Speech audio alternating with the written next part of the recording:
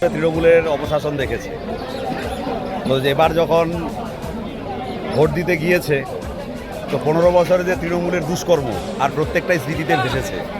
মা বোনের কান্না, মা বোনদের একেবারে লাগাতার খুন ধর্ষণ, এবং এখানকার শিক্ষিত বেকার যুবক যুবতীরা পরিযায়ী শ্রমিক হয়ে বাইরে যাচ্ছে। মেধাযুক্ত শিক্ষিত শিক্ষকরা তারা রাস্তায় গড়াগড়ি খাচ্ছে। কৃষকদের অবস্থা বেহাল, শিক্ষা ব্যবস্থা ধ্বংস হয়ে গেছে, শিল্প নেই, কল নেই, কারখানা নেই, কিচ্ছু নেই।